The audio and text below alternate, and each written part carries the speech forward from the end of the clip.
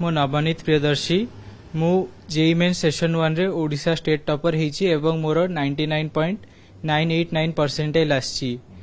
मु बहुत खुशी अच्छी या पई। एबे तो मु बोर्ड्स पई पढुची, पछरे मु एडवांस पई आउ सेशन 2 पई पढिबी। जेई मेन्स पे मु सब दिन 8-9 घंटा पई पढुथली एवं प्रति वीक रे 4टा मॉक टेस्ट दोथली जेई मेन्स पे एवं एडवांस पे गोटे दोथली। मेन स्पेसिफिक प्रिपरेशन मु डिसेंबर रु स्टार्ट करली। मोर एम अच्छी कि आईआईटी बॉम्बे रे कंप्यूटर साइंस पढ़िया पई। मोर फेवरेट सब्जेक्ट थिला मैथमेटिक्स, तो मैथमेटिक्स को बेसी टाइम दोथली।